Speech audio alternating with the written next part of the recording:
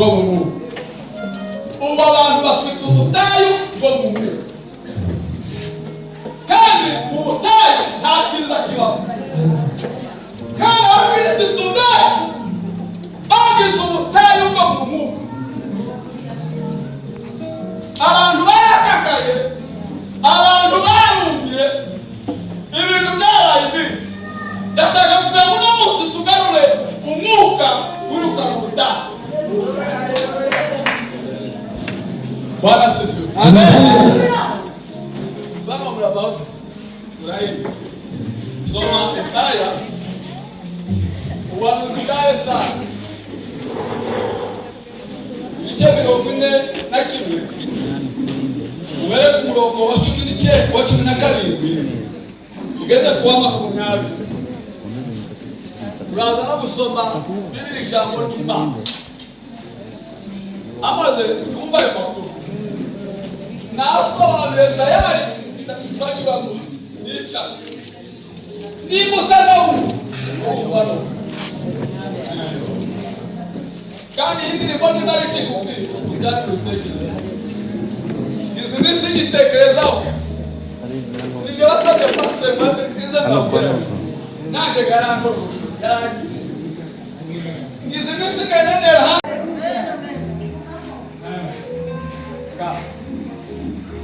Dusome Yesaya 41:19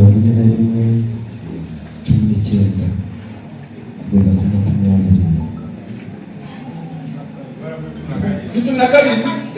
20. Yego. Kadusome mu izina rya Yesu. Abakene n'abatindi bashaka amazi bakayabura.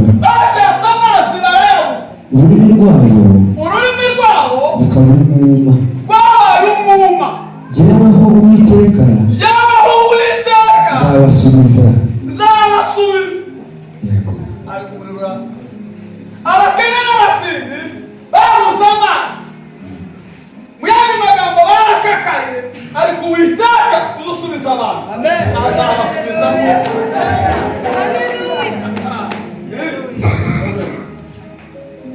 Jyeweho Imana ya Isirayeli sinzabahana. Yesu Kristo. Dufite umugabo utaduhana. Nubwo twaba turi mu butayu bukakaye, ariko ataduhana. Niyo mpamvu ushaka kugarura imitima, dusubire ku Uwiteka. Aduhereza ngo afite byose. Uwiteka ntazaduhana. Narumviwe ku isi y'abantu.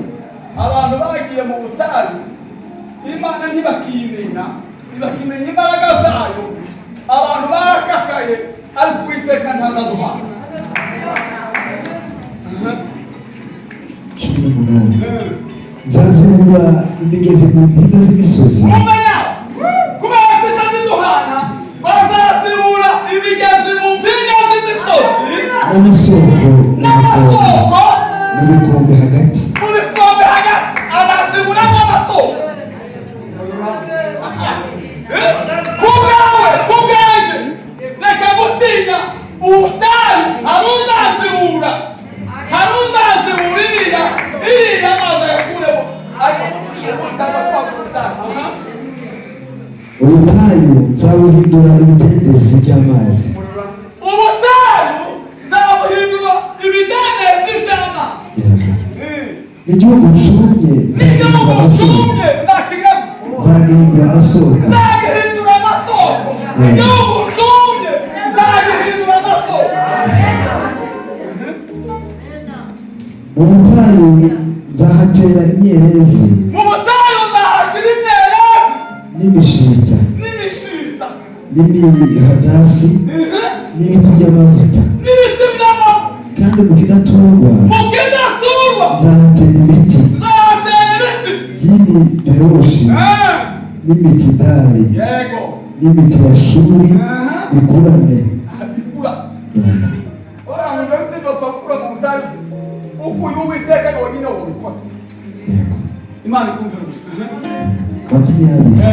Kugira ngo barebe bitegereze, batekereze bamenyere hamwe y'uko ukuboko k'Uwiteka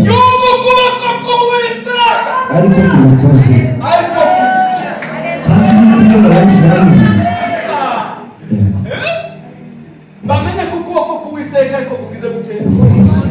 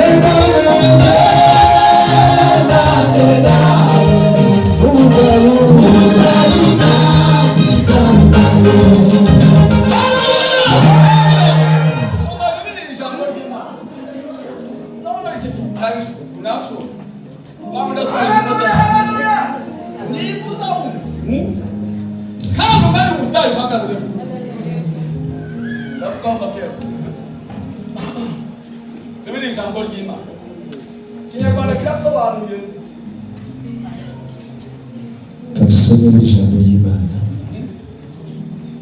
Abakene n'abatindi bashakashaka amazi yibayavomye. Dore bishwe n'inyota nyamara njye Uhoraho nzabagoboka.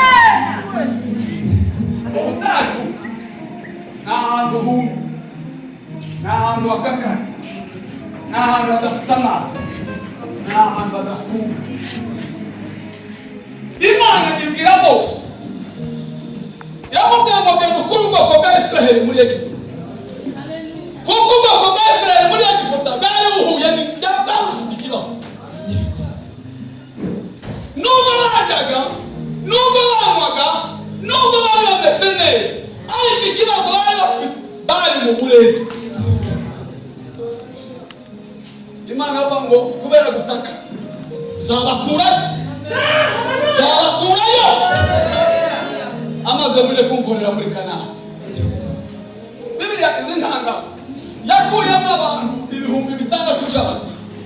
abagore bana n'abakobwa n'abahungu batoya ntibavugwa bakuyemo ibihumbi 6 by'abagabo ibintu personel ibintu bikomeye ibintu bigabo nyine ibihumbi bingahe arabaza ariko ngo abitegere Imana ntibitegere abagabo ntibaracika ubutindi abagabo ntibaramenya ikibakuyeyo abagabo n'abagore babo ntibaramenya icyo nakoze kubakura hariya asifiwe sana kandi igitangaje Imana yinangije Farawo iramwina kubwira kubihana 10 Abisirayeli babireba bakabimenya basakaza karabati iki cyabaye nabo bakabibona ariko ntibamenye ukuboko kw'Imana n'ubu abantu ntibaramenya ukuboko kw'Imana nicyo kibazo ufite umuntu agakizwa akava mu byaha ariko ntamenye ukuboko kw'Imana ntamenye niba Imana hari ikimukeneyeho Imana yadukuye muri Egiputa yadukuye mu byaha ariko abantu ntibaramenya ukuboko kwayo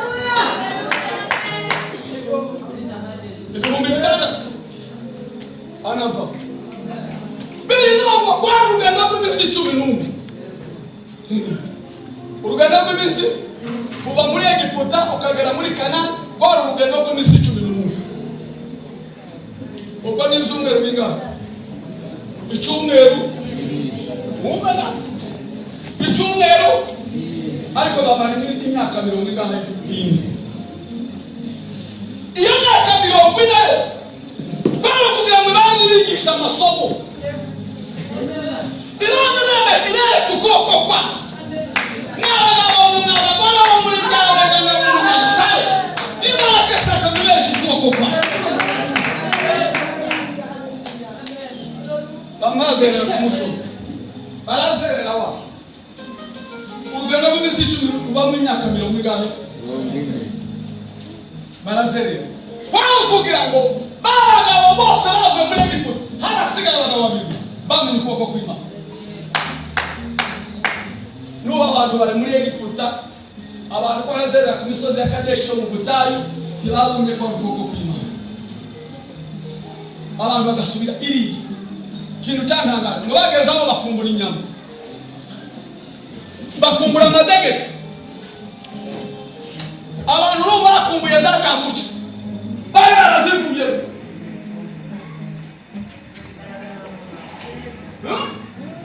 abantu basubiye muri mu matorero barayafunze ngo tuba twisubiriye ukumbuye inyama ukumbuye amadegeti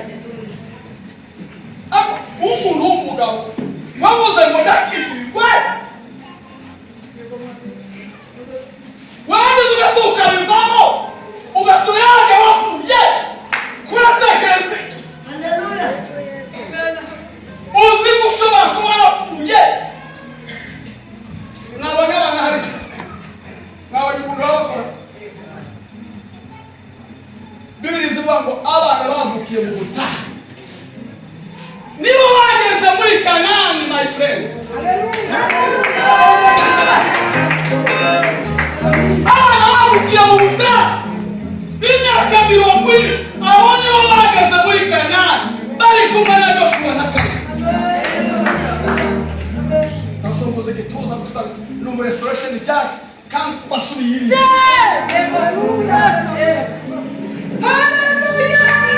Imana kirakubwira ngo ugaruke haracyari ukuboko gukomeye kw'Imana iracyafite amazi haracyari amazi azatemba mu butayu haracyari ibiti by'imyeroshi bizamera hari imbuto ziryoshye mu butayu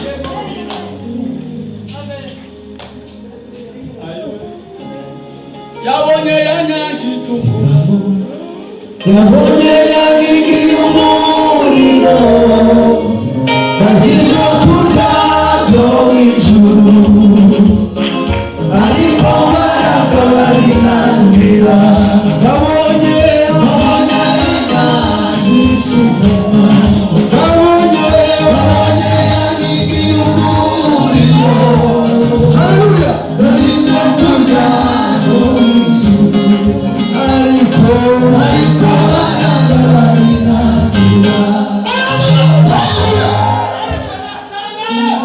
abantu bashira mu nyagitugu barabibona bahacahumutse barakandagira baramuka bagamuka ariko baragari babonye ingingiri none atanga abanyagiputa bakurikiye umva ngo bakababona bakabwira bose ni igico cyakutuza wa mugabo naha ibintu byose bakuzaga amaze ngo hakaza inkingi y'igicu zikaza igahagarara hagati y'abisiraheli n'abanyagiputa bukiwe abanyagiputa bukiwe ikagaragara inkingi y'umuriro amiza bakakira bagenda yarangiza agakura inkingi y'igicu bakagira ati burakeye bakarangiza abisiraheli kandi ntibakibagazeho ariko muzi imana izi ibyo idukorera muzi inkingi y'igicu izi dushyira hagati y'abacu n'abadayimoni abadayimoni bagirwa ngo bakuzimiye neza bakavuga ngo twakugezeho tugiye kukwica bikazana inkingi y'igicu baragira tukaririmba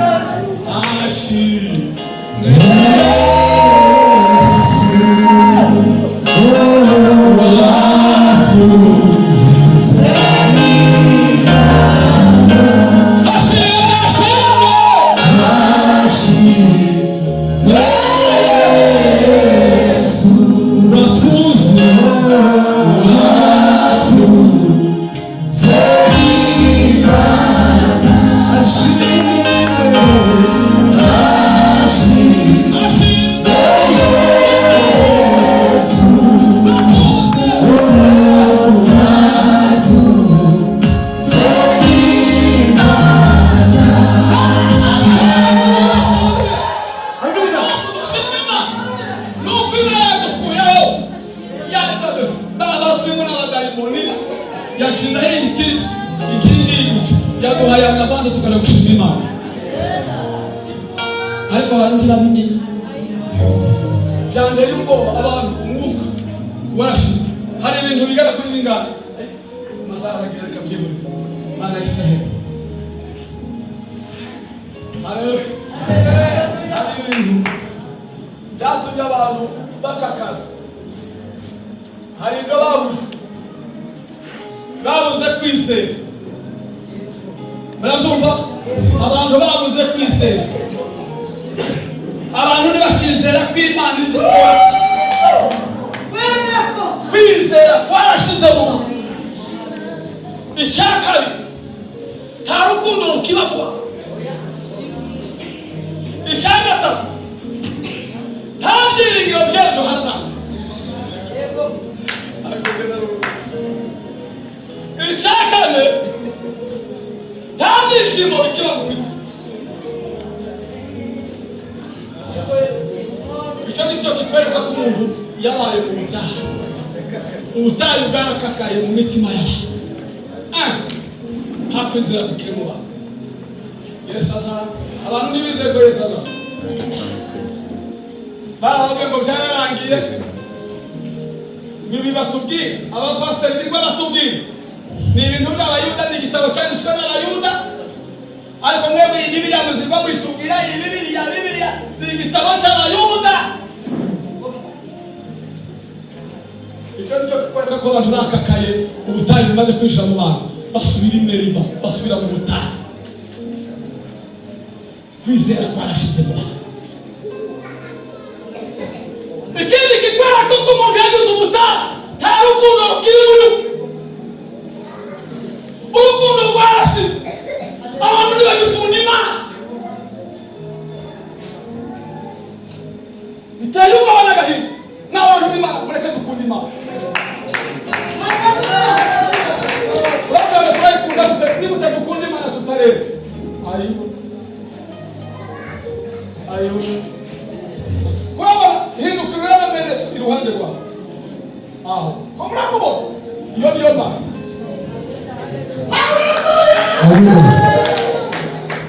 uvuze nabi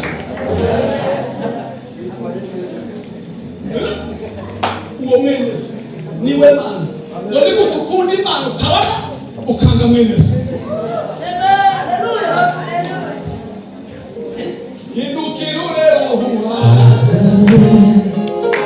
imuzi surira Egiputa emerufe murugabangabo ukezwa n'abanyegiputa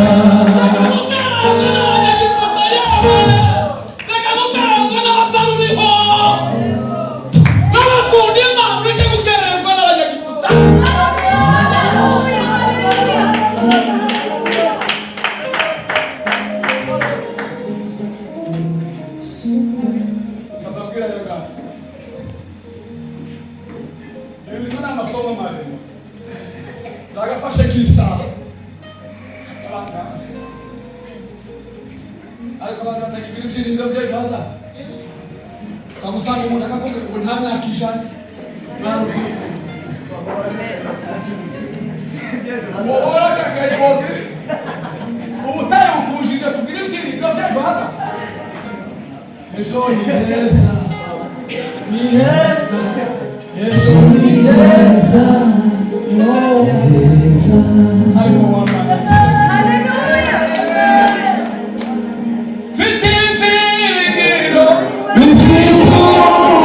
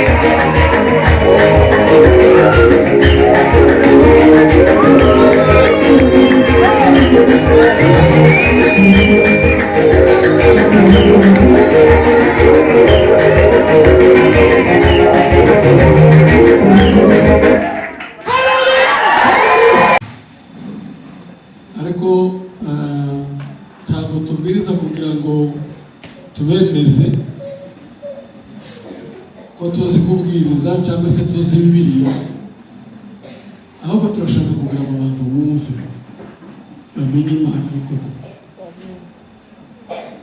Ubona abantu ko barakora ibintu nk'aho bitabarimo nk'ibintu by'impango n'impararo. Tugomba gukora tukabyiyumvamo, tugasenga tubyiyumvamo, tumenya n'ibyo tuhadukora. Hari amagambo natekereje muri ino minsi, mbona ni amagambo akomeye, ubutayu bwo mu mwuka. Ubutayu bwo mu mwuka. Ubutayu ni ikintu gikomeye, ni ahantu hatagwa imvura, ni ahantu hakakaye, ni ahantu humye, yewe utotera n'imyaka ngo imere mu butayu. Ubutayu, iyo bavuga ubutayu, bumva ko ari ahantu humye. Ndagira ngo niko mubyumva.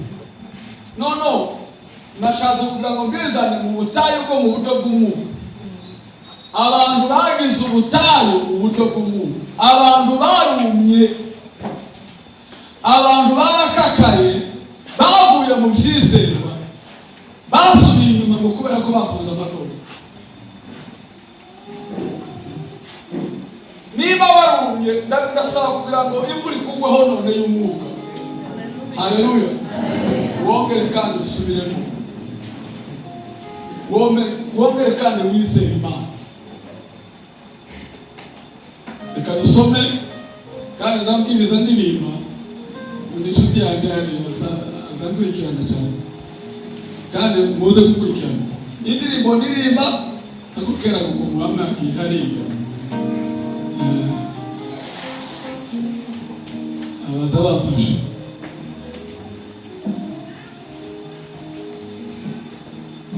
Soma Yesaya ibice 41 umurongo wa 17 ageze ku wa 20. Hanyuma tuze kuririmba. Nari bubanze indirimba ariko mumaze kuririmba amakorali menshi kandi mwabyumvise. Icyamba muri zo muririmba muza mujumva. Reka bana n'abavuga ubutumwa bahavu babwirije pe, ariko bishobora kuba ari za ndirimbo nyine twifatira tutabishyira mu mutima kubera ubutayu. Indirimbo zikigezweho, umuntu araririmba ngo yakorari yarinde kubera ari twebwe twari turirimba, ni ubutayu. Ariko rero wumvaga indirimbo, haleluya, ukayumvamo igisubizo, ukayumvamo Kadusome Yesaya 41:17. Abakene n'abatindi bashaka amazi bakayabura. Abakene n'abatindi bashatse amazi barayabura. Ururimi rwabo rukagwa umwuma. Ururimi rwabo rwaguye umwuma. Jyeweho Uwiteka nzabasubiza. Jyeweho Uwiteka nzabasubiza. Duheze Imana icyubahiro. Murumvishije? Abakene n'abatindi bahuye n'ikibazo, babura amazi. Abantu wari babona abantu babura amazi kubera ubukene. Iyo ubukene bwabaye, abantu babura amazi y'umwuka. Abantu batuka Imana bakavuga ngo se twebwe niki kubera ubukene. Babaye abatindi babura amazi, ariko yavuze ngo nta wundi udutanga amazi. Haleluya. Ninde udutanga amazi? Ni Yesu. Yesu wa uzima, Yesu w'ubuzima niwe udutanga amazi. Ayo mazi atanga ni umwuka wera. Iyo akomoreye akakubwira ngo Yesu agira neza, uzamuvuneze. Haleluya. Jyeho Imana ya Isiraheli, sinzabahana. Sinzabahana niyo ya mbere itazita umuntu. Ntizita umuntu kubera yuko ari umukene, ngo nizikura ku cyavu ikicazanya n'iki n'ibikorwa niyihe iyo mana iyo nishatse kubabwira uno munsi muyumve kuko izimenya umukene izimanya icyo ikamukura mu bukene umuntu niyo gukura mu bukene ariko imana ni umutozi z'igihugu umunsi umwe ukisanga wabaye rushugi haleluya ubukene si karande imana izimenya ukuntu igira kuko ukuboko kwayo kuraremere iyo gutuza urutoki gutya uzuva mu bukene ntawabukanye ibintu amen ibintu ntawabivukanye ariko ibintu imana izibitanga umunsi umwe kuko yageze kuri bo yagize gutya kwa Abudado ngwino ngiye gitaha kwa Abudado niwe mukene wari uzwi mu gihugu amateka ya Abudado niwe wari warabaruwe arabarurwa bamushyira ku rutonde rw'umutindi nyakujya umuntu udafite kirenge aka gitondo ke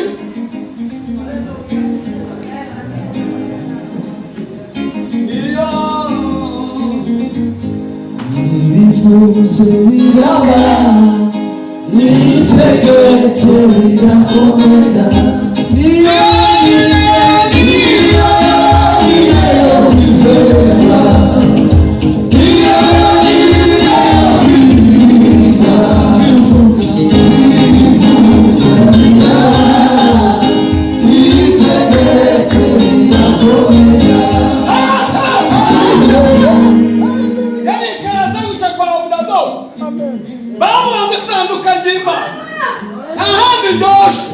doja kwa Abudado niwe mukene n'utwana afite ukuntu rifite uburakari tubeka baducurika kwa Abudado turitunganye nirimo gusangira tuyatwana rwose bizashira umujinya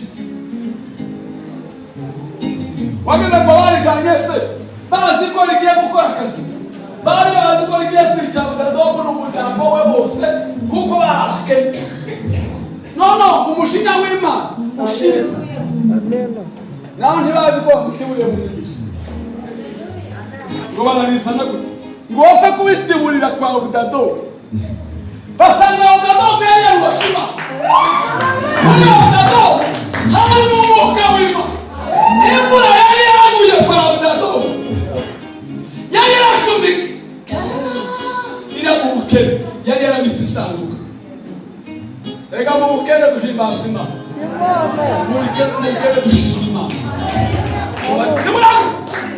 ayi sinzapfa aho kuza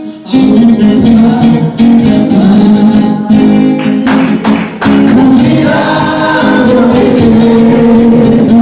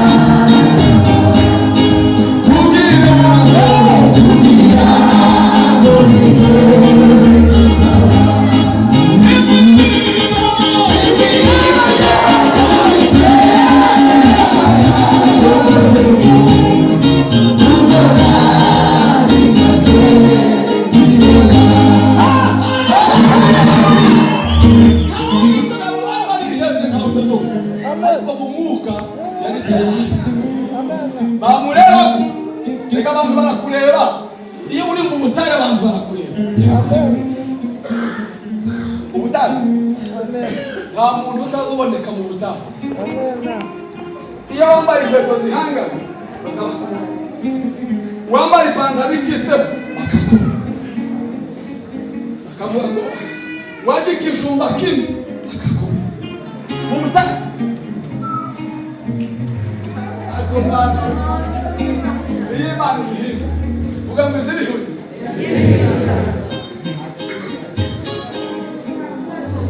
shabiye warabiye Mana Tamire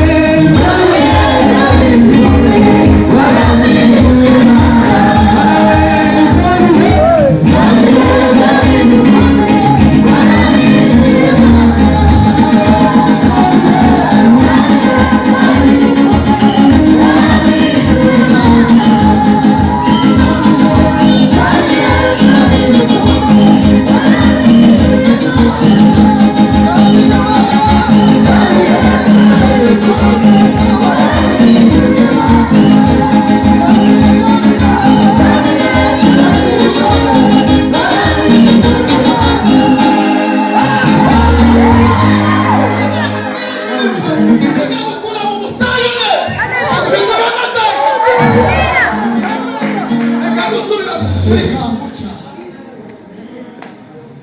wonge bagisenga warangiza ukasura muri kambuca kandi wari barakishijwe umuririmbyi ukazunara muri boîte ukaharamukara wari umuririmbyi bafunze amatore ayinya ubwo ni ubutayu Imana izihinda ubutayu aho dodo mu gitondo kimwe gusa bapfa kubona isanduka ry'Imana aho bagahaniho nkarama yama kuti gisire basha amushyiramo akavesi abamoreka reka mpamvu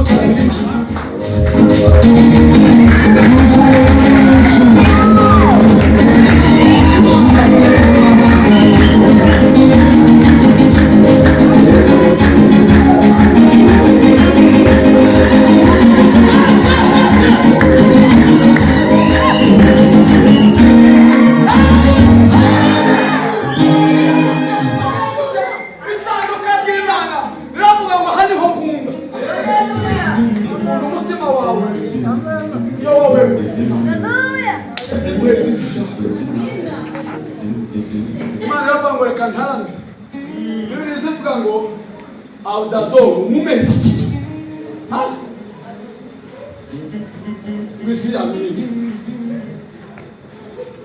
uzi ukuntu byageze abantu bari barabitse ibyacumi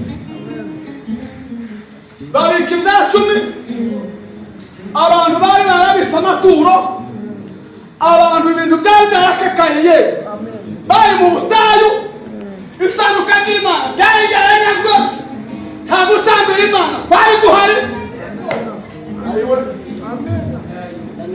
bari mu butayu isanduka rigeze kwa Dado mwabate harigeze isanduka ry'Imana ryataye none gatuje gutura tujana amaturo n'insacu Dado babaye umutanzi utari warateganyijwe rega nawe umutanzi utarateganyijwe kuko ubwoko bw'Imana bwatoranyijwe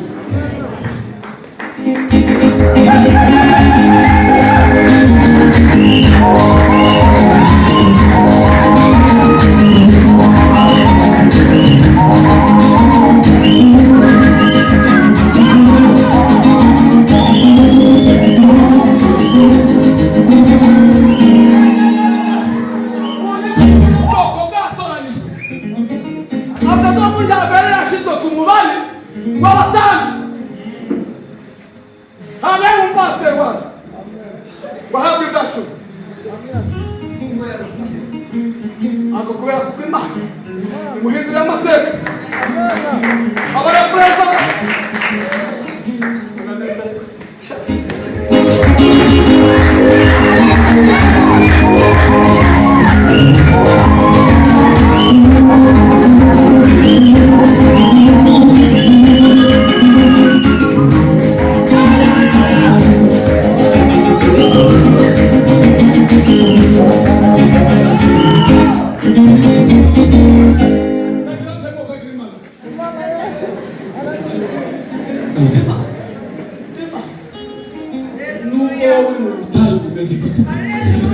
ugapfa kuyizera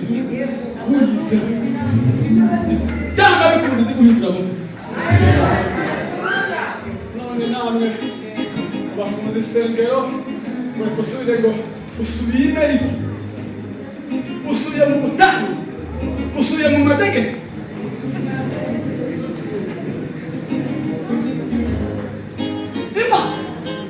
ibwira Mose uganda ukura ubwoko bwa Israheli muri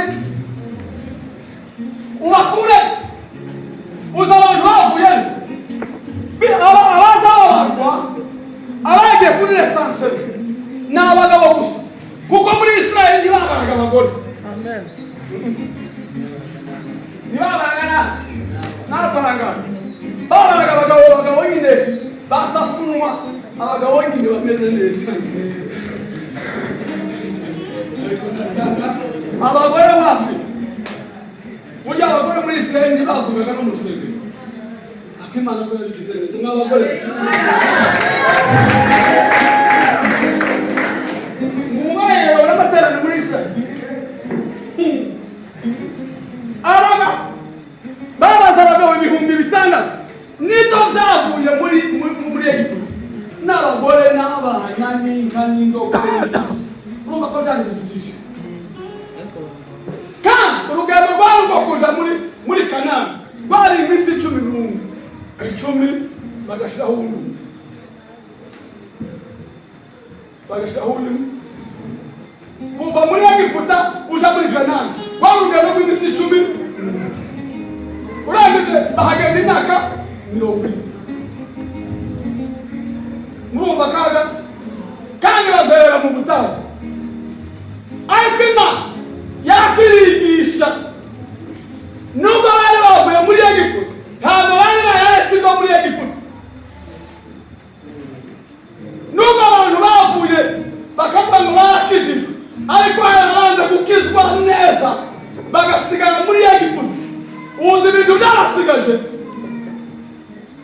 bariya bagabo bakundaga iby'isi ako si abantu ntabwo mvuze abantu n'abo muri Egiputa n'Abisiraheli babaga ibihumbi bingahe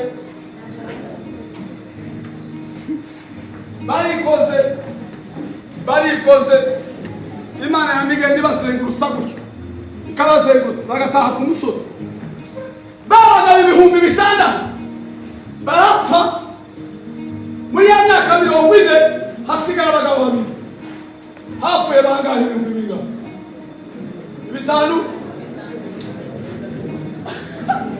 ngizi mibare hapfuye ibihumbi 5 magana 9 sinchiruka imibare ibihumbi 5 magana 9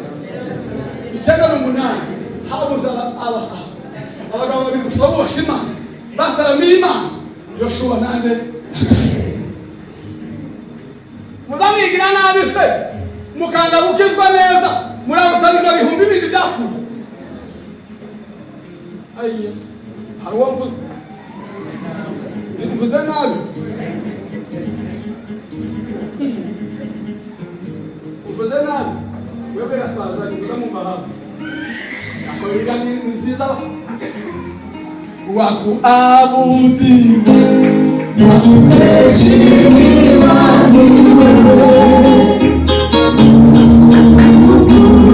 Mungu mwenye nguvu wastahili heshima zote. Abagabo bakumbuye amadegede murebe ibihaza bakumbura inyama bakumbura tungurusumu umuntu yokumbura tungurusumu Mose we watuzanye mu butayu tukaba tudafite inyama atari ko ndagaragara agenda yenginga Imana ngo abahungu bakumbuye abagabo bakumbuye inyama n'inyama bashaka bahaye kondisiyo ntibakaziraza bagiye kuzibona bazirye zirwemo ziratunguke mu mazuru maze ufata umuyaga w'ikusi n'ikasi bizana inturumbutse wagaho ngo ufata uteke n'umuryango wawe muzirye hanyuma ntimuziraza umururumba n'ubu abantu baracyaraza ibintu kubera umururumba ngo birashize debe banki ibitenge ugapakira gusa umugenzi wawe akabura umwenda waramanitse guhera hariya garderobe zaruzuye urutera imisumari uzi ko bizabibora bizituma ngo n'imbeba zigafungura nyine mugenzi wawe iruhande rwawe yagize gute yabuze umwenda wo kwambara ngo ajye guterana tuzoja mu ijuru kubana nawe wowe uzabana na Eli uzabana na Daniyeli uzabana na Mose usakura kumbura ati ubutayi bwo mu mutima ni mukire mwabasore mwabagabo mwe nimuve muri ubwo butayu mwuzuye umwuka we, kuko umuntu wuzuye umwuka we ntazaba mu butayu. Harapfuye rero 5,990 umuntu wararangiye ngo abana bavukiye mu butayu nibo bageze muri Kanani na Yoshua na Kalebu. Amen. Nuwigira nabi ndiwumve ivy'Imana igushakaho, uzapfa uzajana na shitaniya mu muriro.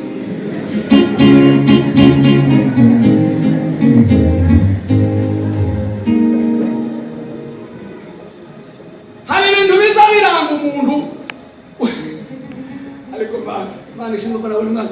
Hari ibintu biza biranga umuntu uri mu butayu wakakaye. Ikindi kikuranga niki? Uzurangwa no kwizera guke. Umuntu udafite, umuntu udakigira kwizera, yandi magambo ari mu butayu. Kwizera kwarashize. Ngo byararangiye ngo nta sengero zikiriho, byararangiye. Nta kwizera dufite kuko bizahinduka n'ejo. Reka nisubirireyo ije muri ahandi nyine ngo byararangiye. Ikindi cya kabiri, nta rukundo.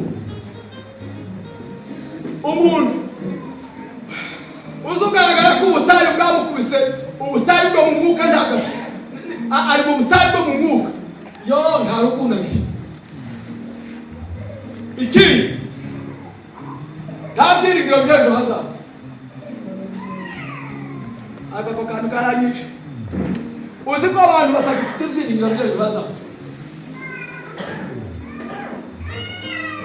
Ijuru n'igihugu cyacu cyuzuye n'amahoro, igihe tuzakigeramo tuzahimbaza Yesu. Umukiza azahanagura amarira yacu yose,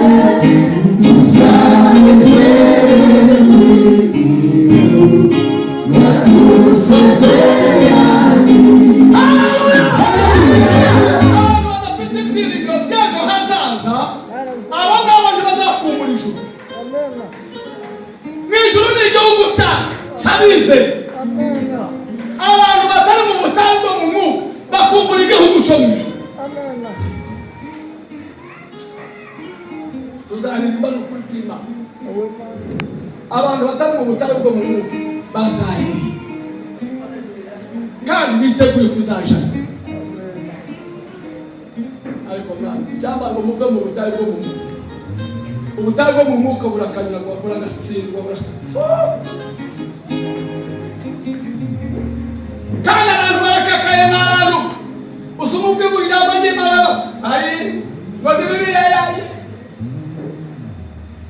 Bibili bamaze kwica amazi, nta byiringiro by'ejo hazaza, akakubwira ngo nta myaka 100. Urubyiruko muri rwo musiyemo ngo nta myaka 100 yewe reka nkore ibyo nkora ngo nta myaka 100. Aho yobaye 10 yo ubundi bo witeguye iki? Muve mu byo kuvuga ngo nta myaka 100, imyaka Yesu yarayiduha. Yongereze k'imyaka 15. Wewe ufite umunsi wawe byanga bikundu uzabaho cyangwa uzaba. Kandi twese tuzaba. Ninde utazaba? Abayehova nibo bazavuga ngo iboti bazaba. Ibi byose mufite n'ibyaha. Barabyiteguye neza. Anari amazu yose Nyagatare ni yabo na Jabega nabe. Nizika mutuze nizaba. Umweraje maje kumbiriza ndamaze. Handa wowe uzapfa.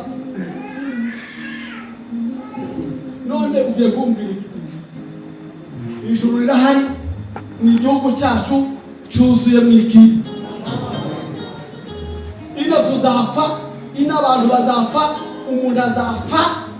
Bibiri zivuga ngo uyu ni umubiri w'igihwayihwayi, uyu mubiri uyu. Ariko hari undi mubiri utazupfa. Umubiri wa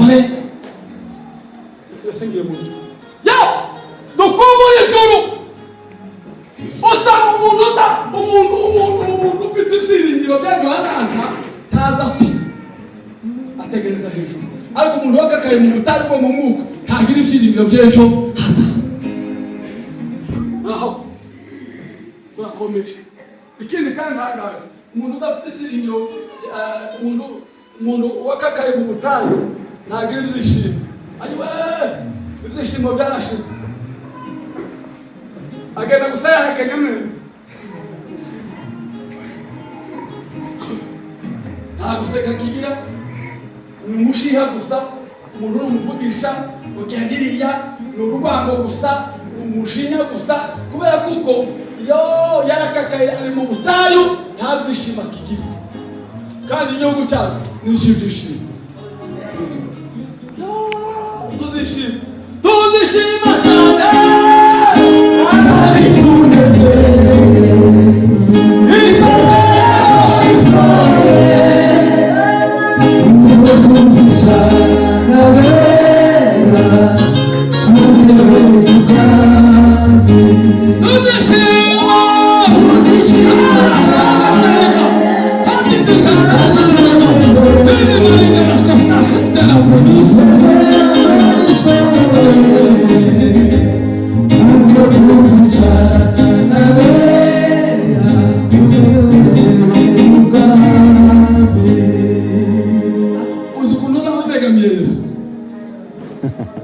mutekereza kuzegamira Yesu cyangwa uzura ngo nibyina hanga gusa ibi tubabwira n'ibyo abapasiteri n'ibyo kugira ngo munezerwe oya tuzegamira Yesu isezerano ririga gute n'ukuri prima ibi turimo tubabwira tukababwira Bibiliya ngo ntimujumve isezerano rizoso twegamire Yesu nizamutekereza gute nkamureba ari umugabo ungana nk'uku kwanjye amaze tukaza batwegeranye duhoberanye ariko nzomuhobera Yesu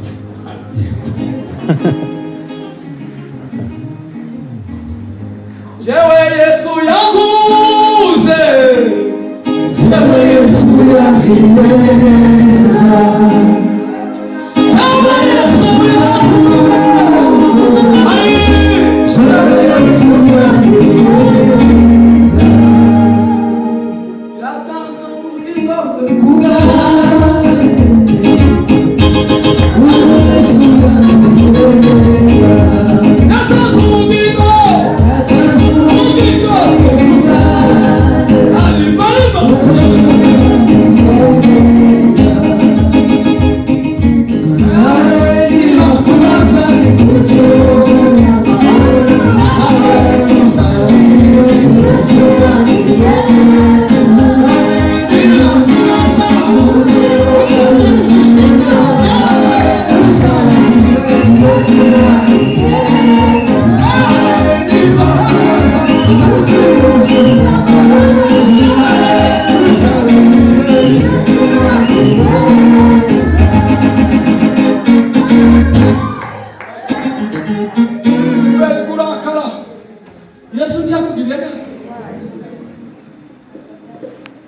wagenda n'ibyishimo ako nzamuhobera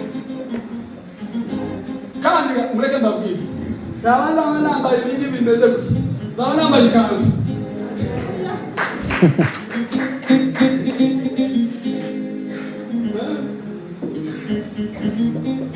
uzabimbaza undi munsi abantu tuzambara amakanzu yera tuzambara ibishura byera abantu batiyandavuje abantu badafite mukushi mu mutima abantu badafite ubutayi mu mutima tuzambara ibyera abera baratashe tuzataha munigidigi nje na Vianney turi imbere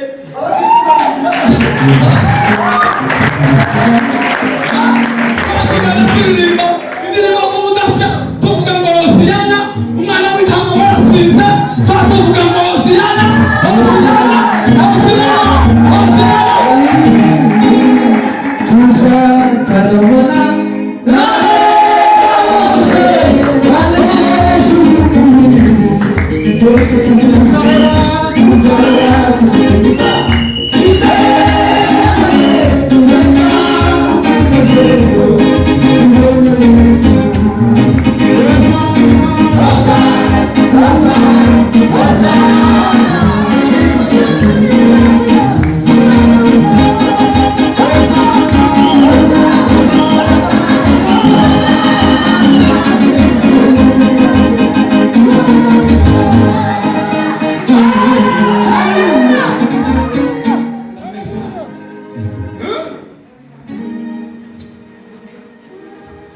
muzamutunga ibyishimo. Amen. Ibyishimo ni umuti w'ibibazo byose. Ubundi urababara ngo bizagende gute my friend. Mani guheza umugisha nawe kwambika imbaraga urabura hasi ibyo ni sawa yongere asifiwe sana mugize gishaka ukaza mugize gishaka ko ni kumuka mutumye hari na musabye asifiwe sana sataramana na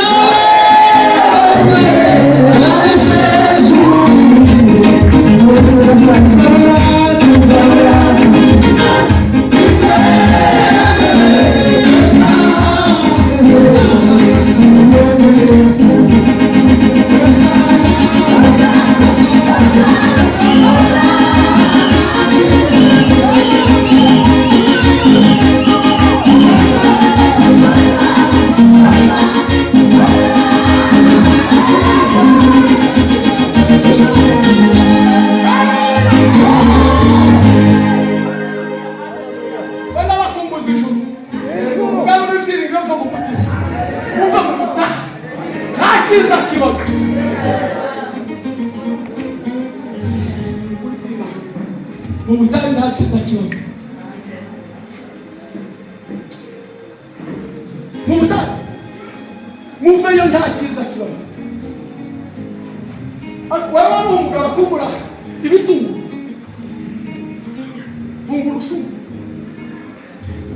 waba ari umuntu akugura akanyanga yaragasize yarakavuyemo adasaba kumbura akanyanga ngo kubera ko batagisenga mureka asubire kukanyanga kuri kambuci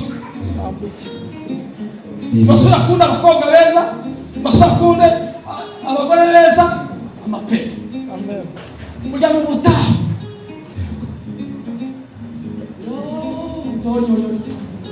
reka dushaka imana hakiri kare kandi ijuru tuzaribona n'ukuri kwe ariko uzaribona hari ibintu bikuranga hari ibintu bigaragara kuri 6 ndetse n'ibirindwi.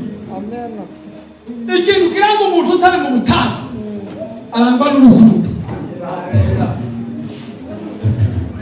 atari bya bindi by'inaha ngaha ubona gukunda disi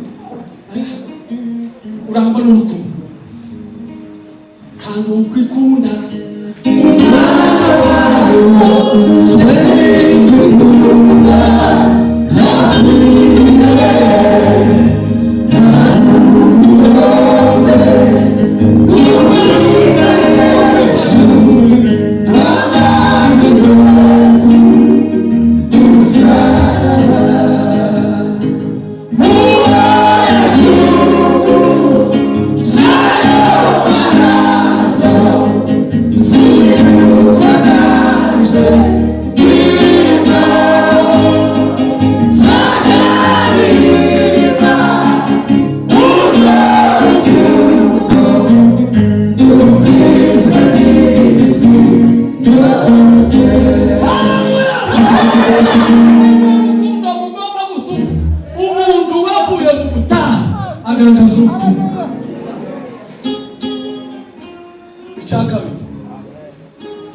umuntu wavuye mu butayu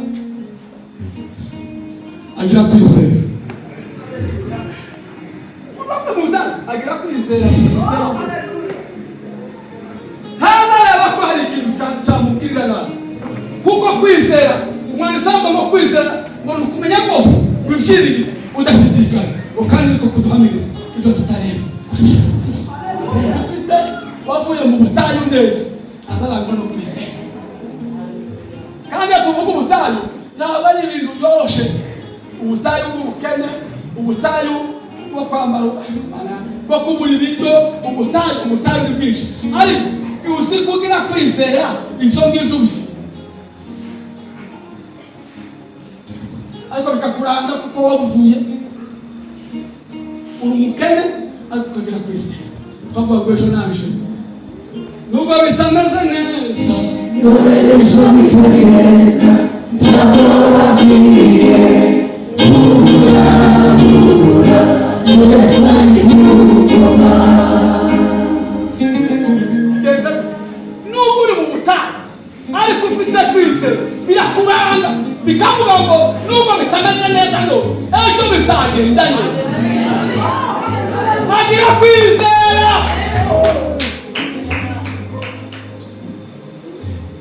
Umukristo agomba gutunga kwizera kukaba kingabi gukinga mu bitugu.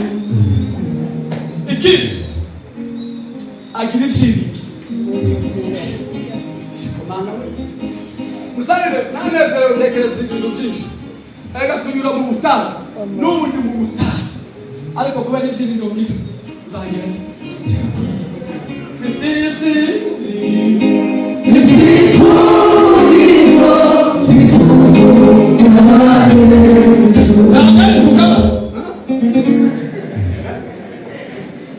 ntabwo ngogira tugabane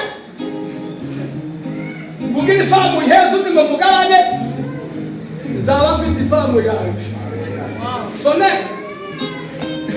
inyanditse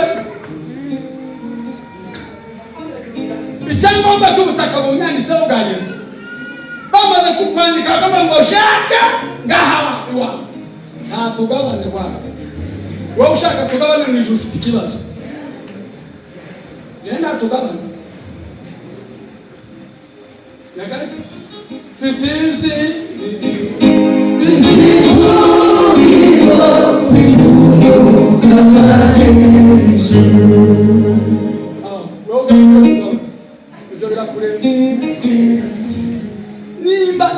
niba ugifite ubutayu bwo mu mutima uzahora na tugabane.